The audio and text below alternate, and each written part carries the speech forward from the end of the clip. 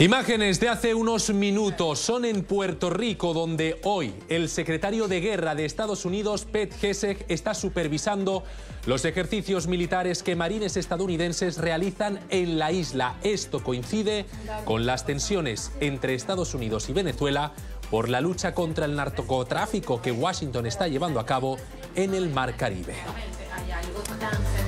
Con esta noticia arrancamos Club de Prensa. Buenas tardes, les saluda Roberto Macedonio. Bienvenidos a una nueva edición de este programa, el espacio de análisis de los temas más relevantes de la actualidad internacional con los mejores periodistas, corresponsales y analistas desde Washington y el resto del mundo. Hoy arrancamos con esas imágenes que acaban de llegar a este Centro Internacional de Noticias de NTN 24 en Washington, y saludo ya a quienes nos van a acompañar en este Club de Prensa. Manuel Aguilera, vicepresidente de Canela News, gracias por acompañarnos, bienvenido.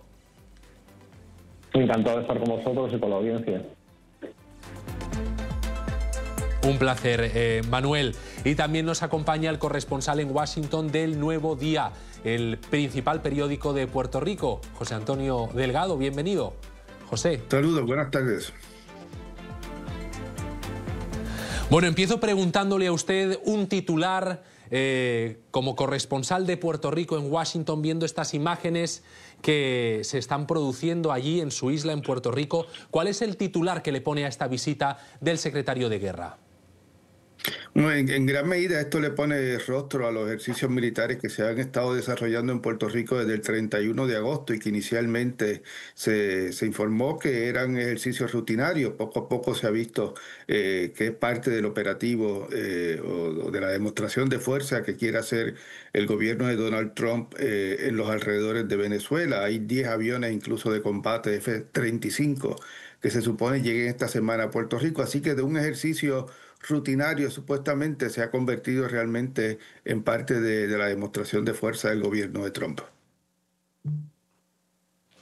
De un ejercicio rutinario a una demostración de fuerza, dice José. El titular para Manuel Aguilera, vicepresidente de Canela News, ¿cuál sería? Bueno, pues sería el postureo de la administración americana, digamos, dentro de esa política espectáculo de lanzar gestos, lanzar políticas a través de imágenes. Bueno, pues Puerto Rico está siendo utilizada para una nueva demostración de fuerza de la administración Trump, de advertencia a los carteles del narcotráfico en el Caribe.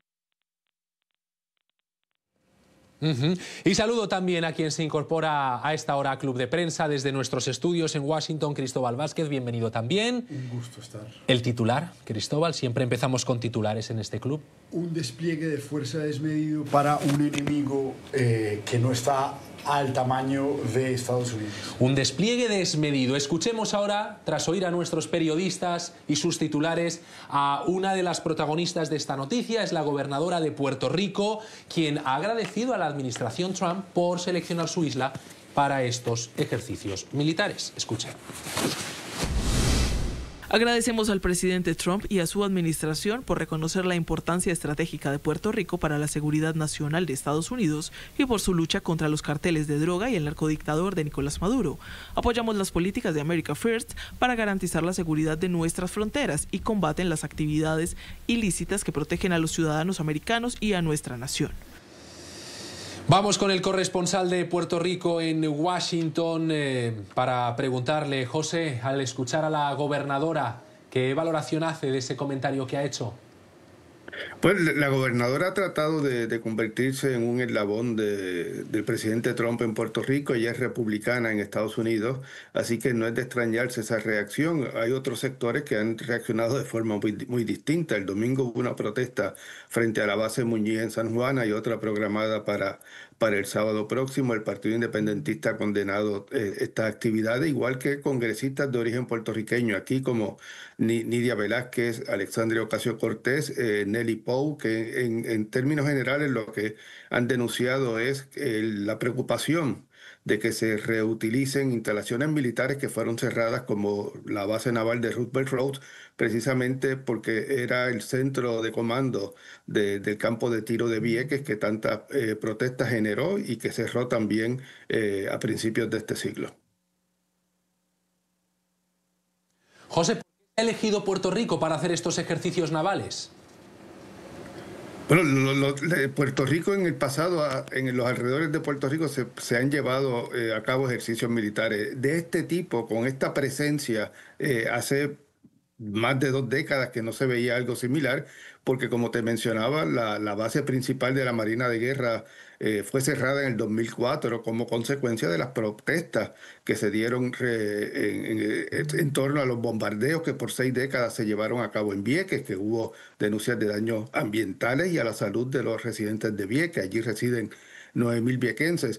Así que esto, la preocupación que genera entre los que critican estos entrenamientos es que haya algún interés en reabrir o reutilizar permanentemente instalaciones militares que fueron cerradas hace más de 2 décadas. En Puerto Rico hay solamente en este momento una base del ejército de Estados Unidos, el Fuerte Buchanan en Guaynabo, y este tipo de entrenamiento, y que incluyeron desembarcos anfibios en un balneario público en el sur de Puerto Rico, pues no se han visto en décadas.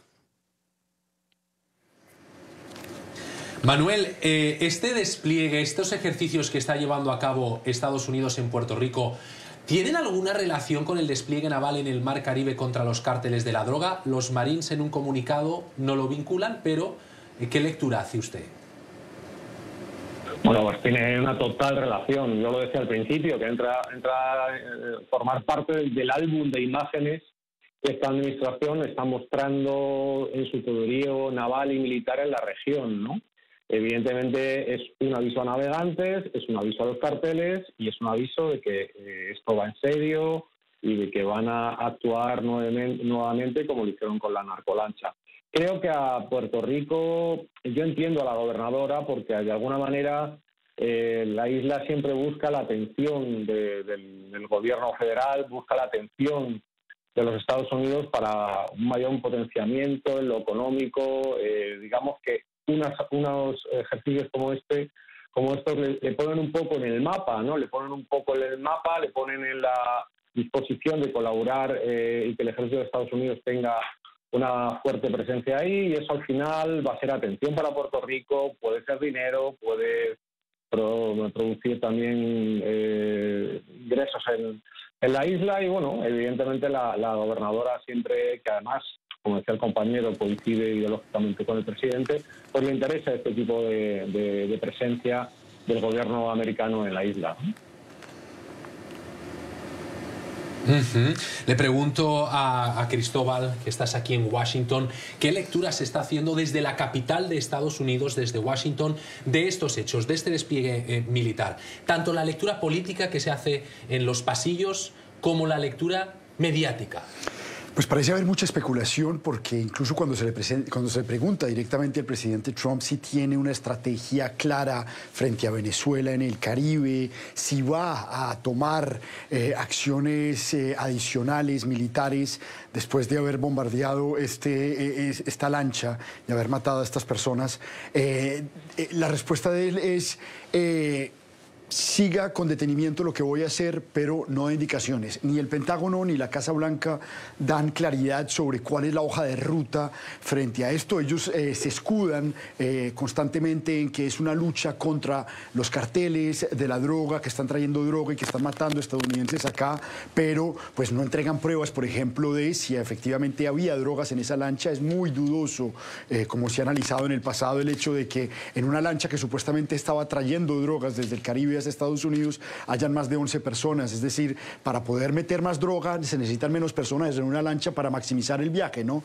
Uno de los tantos cuestionamientos que se le hacen y que evidencian la falta de claridad del gobierno de Estados Unidos frente, pues, a estas políticas. Hay que aclarar un dato que veía aquí, y es que precisamente desde Puerto Rico se ayudó en la invasión de Granada en el 83 y de Panamá en el 89. Así que este movimiento militar en Puerto Rico, también en el Caribe, pues obviamente dejan una cantidad de preguntas, más aún si la Casa Blanca pues no está clara al respecto, ¿no?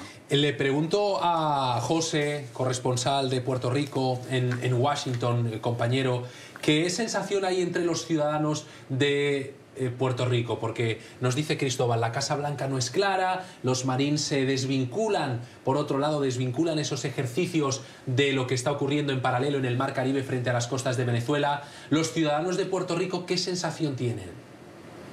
Bueno, yo creo que primero un poco de sorpresa, ¿verdad? Porque como te mencionaba, ya esto es muy inusual en Puerto Rico desde el cierre de Roosevelt Road. Y como mencionaba el colega, esos momentos en que Puerto Rico sirvió de plataforma para las invasiones militares de Granada y Panamá era precisamente desde la base naval aérea de Roosevelt Road, que tiene una pista aérea gigantísima.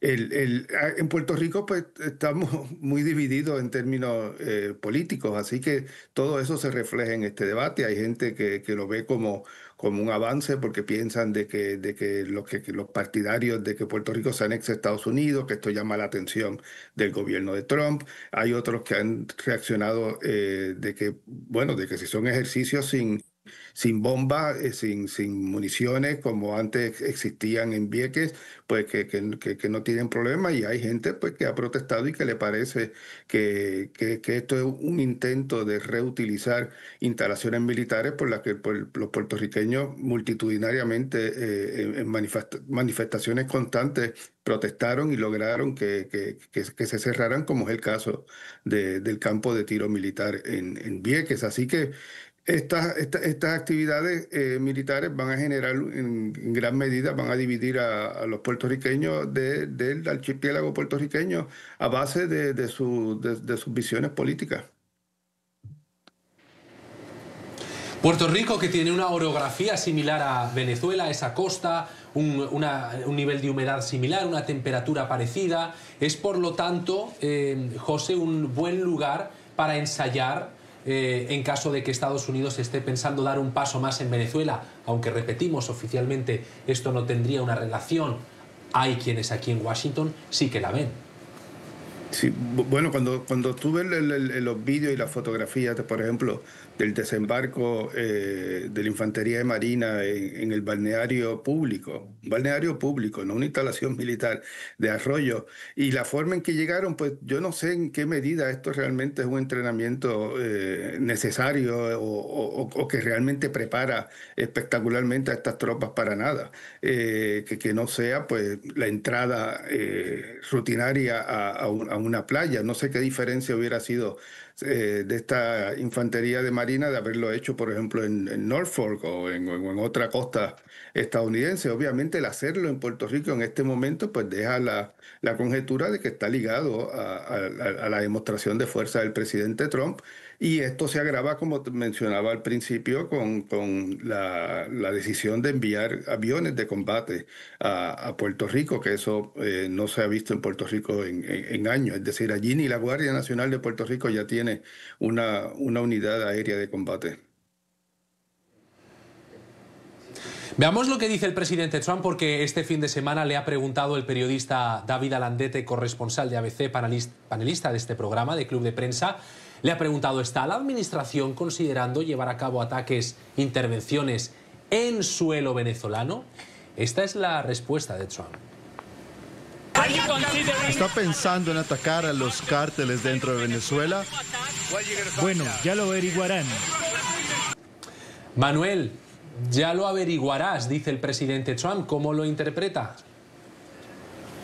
Bueno, pues es una frase bastante ambigua, ¿no? Es una frase que se puede interpretar de muchas maneras. Yo creo que es una frase perfectamente medida, como la ambigüedad no es que la haya salido así, sino que la tiene totalmente medida. Yo creo que lo que quiere mantener, insisto, relacionado con lo de antes, es la imagen de persecución contra los carteles y la tensión.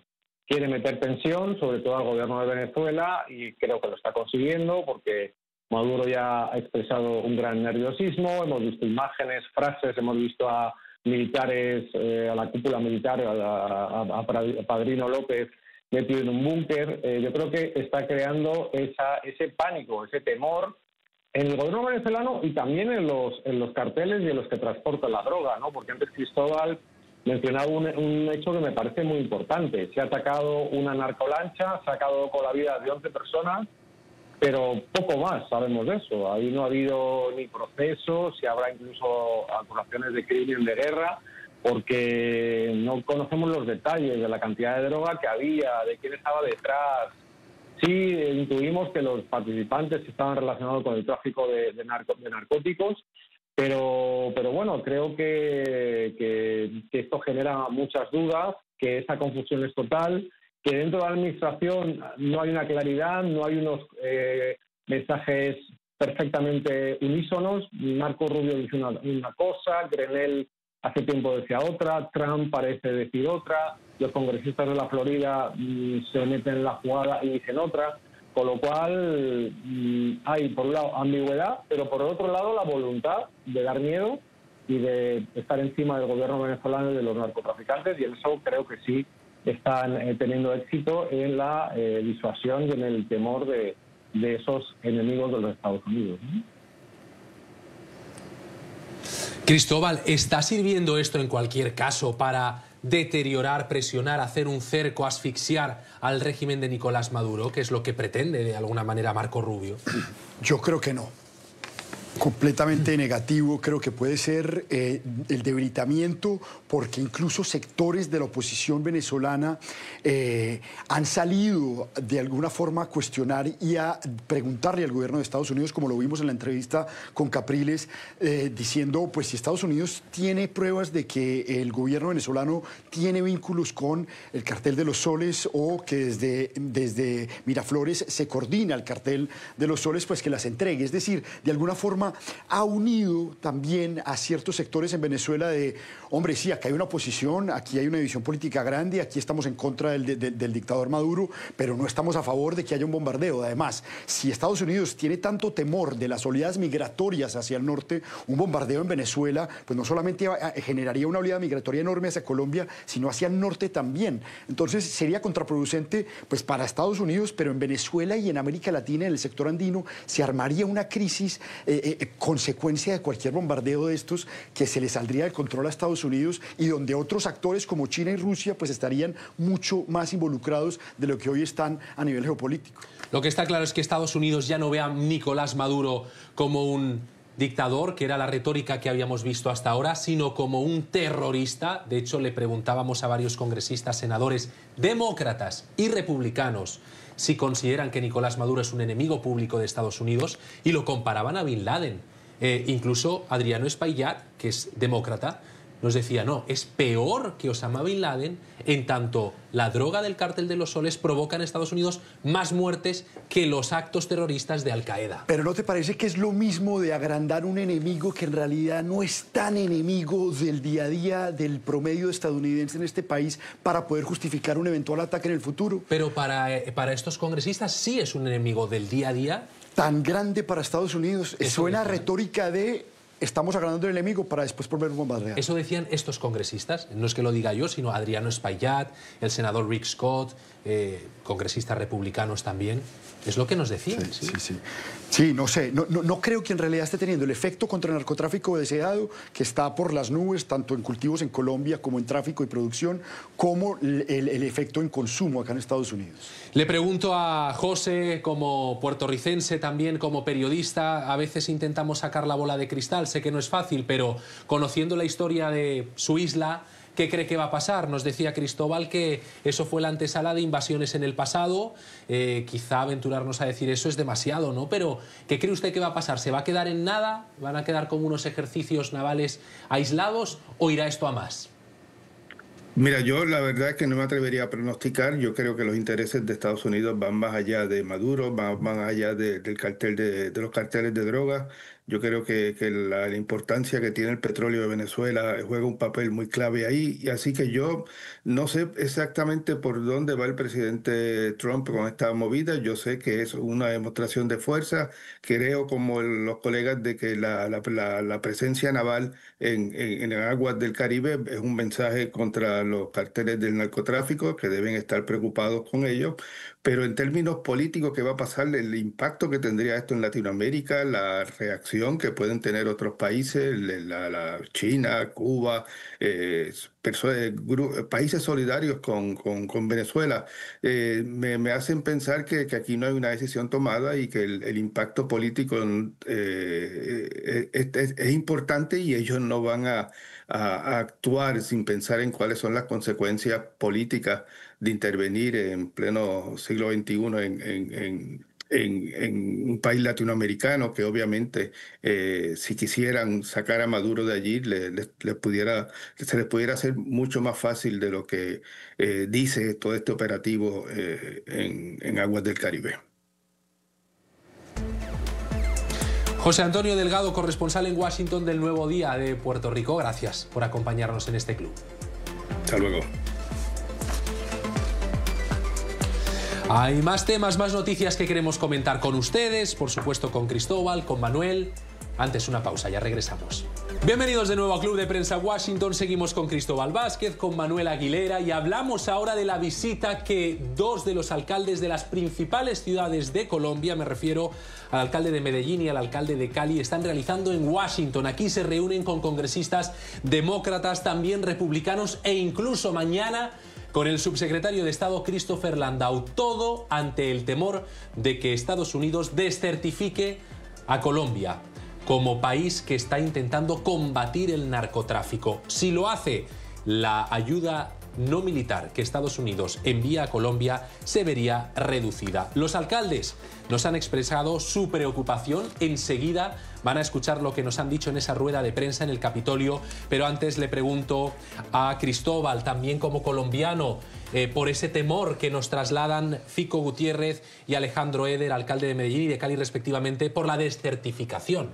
Ese tema de la desertificación entra en debate casi que cada año, ¿no? Cada año está si certifican o no a Colombia y es bastante arbitrario por parte del gobierno de Estados Unidos certificar o no a un país que viene aumentando sus cultivos y su producción de cocaína en los últimos 10 años y Estados Unidos lo ha seguido certificando como un país que efectivamente lucha contra el narcotráfico bajo los parámetros que Estados Unidos está imponiendo. Hoy por hoy está esa amenaza, lo más probable es que desertifiquen a Colombia, pero con cambios muy poco diferentes a los esfuerzos que venía haciendo ya el país en cuanto a lucha contra el narcotráfico, que pues, no se han visto reflejados ni en el gobierno de Duque, ni en el gobierno de Santos, ni en el gobierno de Uribe en cuanto a reducción de verdad de los cultivos y de los problemas de narcotráfico. Lo más probable es que descertifiquen. Lo más probable es que descertifiquen. ¿Qué ocurre si descertifican a Colombia? Le quitan unos fondos que el gobierno de Estados Unidos le da al país en la lucha contra el narcotráfico.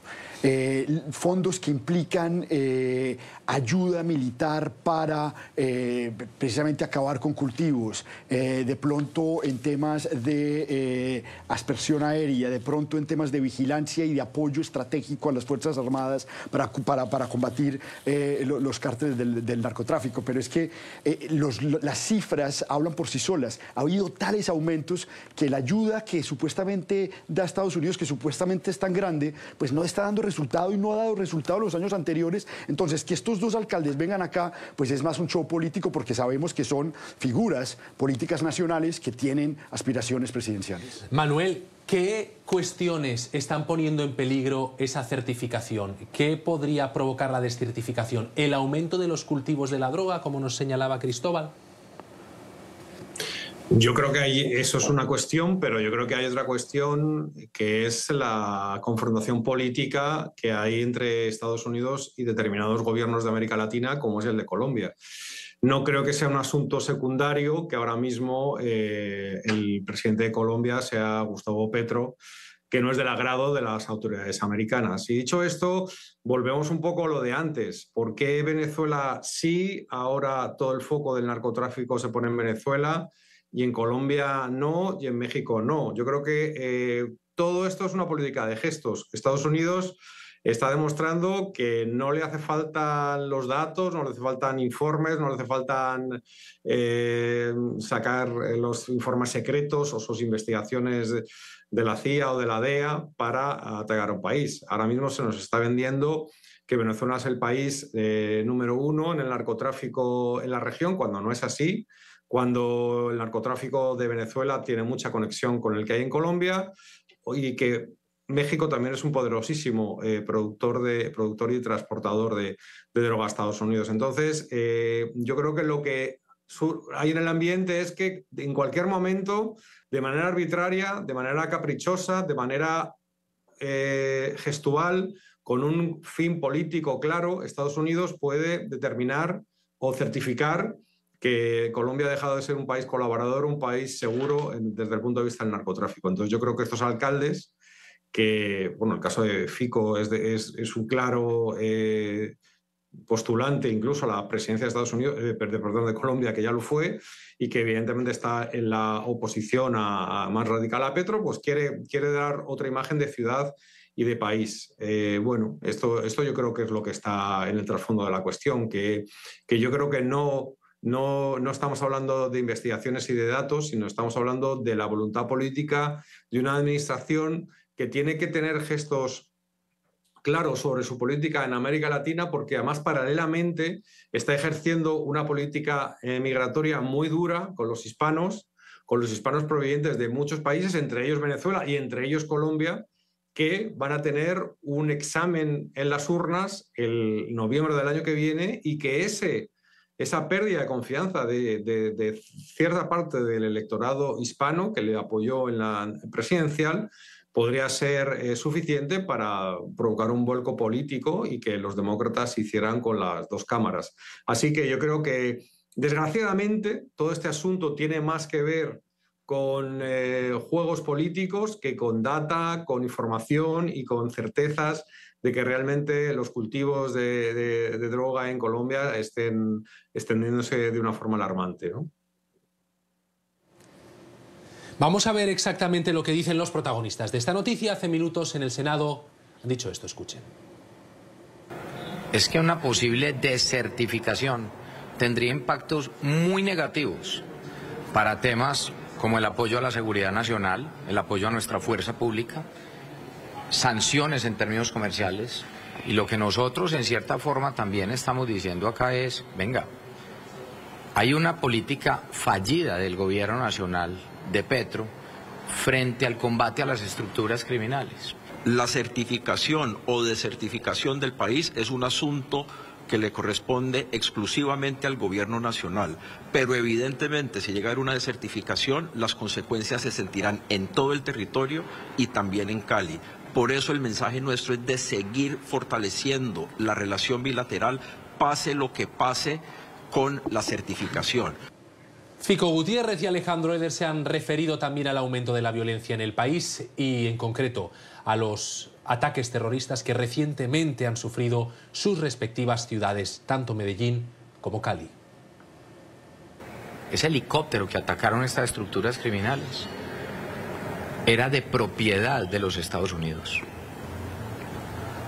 Le hemos dicho que busquen también la forma de extraditar a los responsables de estas organizaciones criminales que produjeron ese hecho. Porque a mí sí me parece muy triste ver cómo asesinan a nuestros policías y no pasa nada. En los últimos 2 meses hemos visto en Cali 4 ataques terroristas que han dejado un saldo de 8 caleños muertos, más de 150 personas heridas. Si se llegan a afectar las relaciones en materia de seguridad entre Colombia y Estados Unidos, lo que va a ocurrir es que va a aumentar el terrorismo. Le pregunto en este caso a Cristóbal por la inseguridad, por la violencia, porque ambos expresan su preocupación por esos actos terroristas. En el caso de Fico Gutiérrez pedirá la extradición de los miembros de las disidencias de las FARC que atacaron ese helicóptero, y les van a trasladar a los congresistas también la preocupación por esos actos. Sí, es importante que se la trasladen a republicanos y demócratas, ¿no? Creo que es importante tener ese tinte bipartidista porque Si algo ha dejado claro las pasadas elecciones en diferentes países, lo hemos visto en Australia, por ejemplo, donde vuelve a llegar la izquierda al poder, es que ese acercamiento, esa figura autócrata, arbitraria, déspota un poco que es Donald Trump acá en Estados Unidos, pues está haciendo que genere un efecto opuesto en elecciones en otros países. Es decir, hay que tener muy en cuenta y con mucha calma y mucha maña acercarse al gobierno de Donald Trump para querer hacer alianzas militares o políticas, teniendo en cuenta que en elecciones se ha visto reflejado que está ganando y está está reviviendo la izquierda en algunos lugares, precisamente por oposición al gobierno de Donald Trump. Es decir, aquí hay una frase que lo decía el secretario de Estado Kissinger en su momento, ¿no? Y es ser enemigo de Estados Unidos puede ser muy peligroso para un país, pero ser amigo puede ser letal.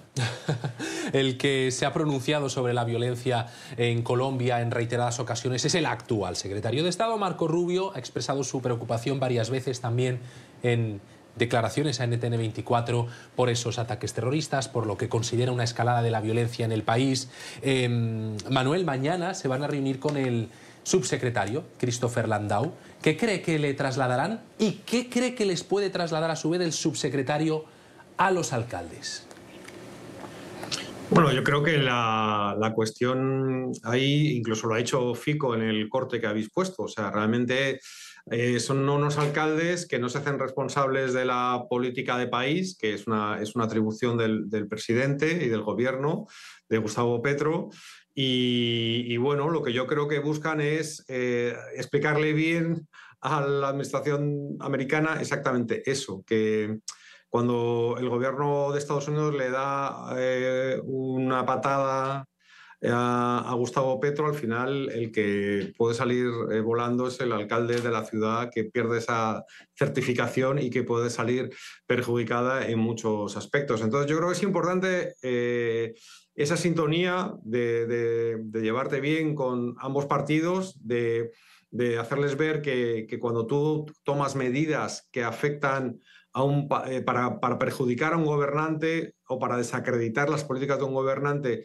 tomas determinadas medidas y al final lo paga el pueblo en general, en este caso el pueblo colombiano, e incluso representantes públicos que no pertenecen y no comparten, como estamos viendo, las políticas del presidente, en este caso Petro, pues no es una política inteligente. Entonces, bueno, eso es algo que en esta administración cuesta mucho, porque esta administración es muy de dar brochazos, de tomar decisiones muy contundentes que no tienen en cuenta los daños colaterales ni la letra pequeña. Entonces yo creo que es importante que estos alcaldes le hagan ver a Landau cuáles son las consecuencias de tomar acciones contra un país porque el gobernante no te guste, y entiendo perfectamente que a Estados Unidos no le guste Petro, por otro lado, pero que quizás no sea la solución pues este tipo de medidas que me recuerdan, bueno, pues cuando Cuba es calificado de país amigo del terrorismo dependiendo de quién gobierna los Estados Unidos. Insisto,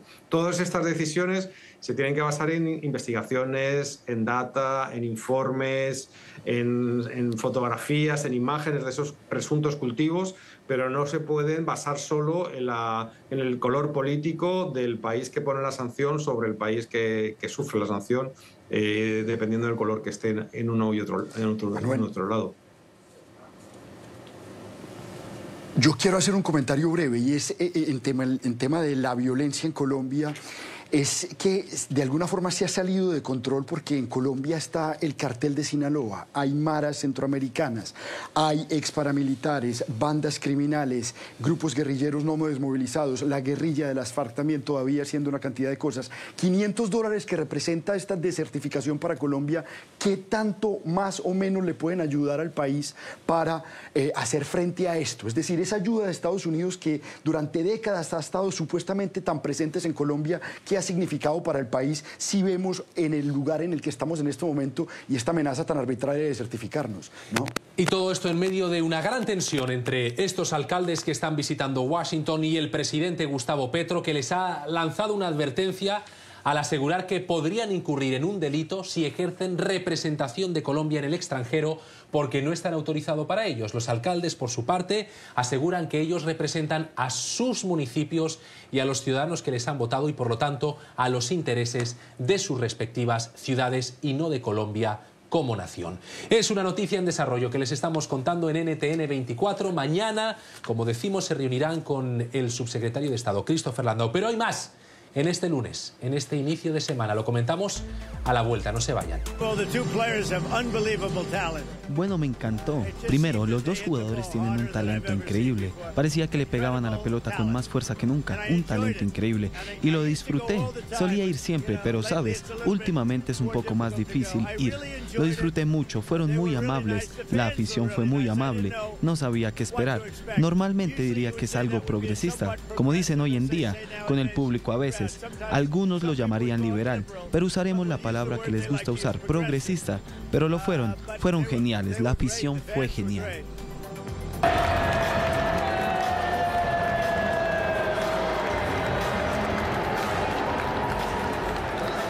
Esas declaraciones y estas imágenes de Donald Trump en el US Open de tenis son noticia. A ver si ustedes escuchan abucheos o aplausos. A ver, ahí hay un poco de todo. Más abucheo. Ahí está, en fin. Cristóbal, ¿hubo más abucheos o más aplausos a Donald Trump? Yo creo que más abucheos, aunque se fue temprano y había poca gente en el estadio porque entrar fue complicadísimo. Se quedaron una cantidad de celebridades afuera esperando casi hasta una hora antes de poder entrar al partido. Manuel, ¿abucheos o aplausos? ¿Qué escuchas? Yo lo primero no le doy mucha importancia a esto porque depende de la ciudad donde se haga, pues te pueden aplaudir o abuchear más. Nueva York no es una plaza fuerte para Trump y se escuchan más abucheos que aplausos, pero lo que yo no le perdono es que su lenguaje corporal parecía que iba con Sinner y no con Alcaraz, y yo como español pues la verdad es que le hubiera pedido que apoyara también a Alcaraz. Bueno, felicidades como español por la parte que nos toca. Exactamente, a ti y a mí. Por esa parte, pero como tú dices, muy interesante. No es un buen medidor lo de los abucheos, los aplausos en plazas públicas, porque puede haber factores que inclinen la balanza hacia un lado o hacia otro, ¿no? Esto no es un buen indicador. Yo creo que no, yo creo que cuando uno se quiere dar un baño de masas, eso en este país o en cualquier otro, pues te vas a un sitio que tú sabes que genera un gran ambiente republicano y en determinados lugares, como por ejemplo Washington, donde vive Donald Trump, la población mayoritariamente es demócrata anti-Trump, y en Nueva York, pues bueno, pues también tiene una historia larga, pero es una ciudad que mayoritariamente es demócrata, así que lo normal es que en una división de opiniones haya más abucheos que aplausos, en este caso para Donald Trump, ¿no? Además, teniendo en cuenta que posiblemente sea Mandami, un progresista bastante tirado hacia la izquierda, quien gane la alcaldía, a mí me llamó la atención un dato, y es que Trump fue como invitado de Rolex, que es una marca de relojes suiza, y Estados Unidos le está imponiendo, el gobierno de Donald Trump, 39% de aranceles a Suiza. Es decir, aquí hay una cantidad de contradicciones, abucheos o no. Sí. Rolex le invitó al palco a pesar de esos aranceles, ¿no? Exacto. A pesar de los pesares. Esto es Club de Prensa. Una pausa y seguimos. Ya regresamos. Agradecer a Manuel Aguilera que nos haya acompañado en este Club de Prensa Washington, vicepresidente de Canela News. Gracias. Hasta cuando queráis. Un placer, y gracias también a Cristóbal Vázquez por acompañarnos desde el Centro Internacional de Noticias de NTN 24 en Washington. Un gusto como siempre, y además un gusto poder conversar con este nivel de invitados y reírnos un poco. Entre periodistas, entre colegas, analizando las noticias que ocurren aquí en la capital de Estados Unidos, pero que afectan al resto del mundo. A ustedes, gracias por acompañarlos. La información sigue en NTN 24. Nos vamos con esas imágenes que son hoy noticia. Ese entrenamiento, ese despliegue que hay en Puerto Rico, donde la Armada de Estados Unidos está realizando ejercicios militares. Es una de las imágenes del día. Que pasen un feliz lunes. Gracias por acompañarnos.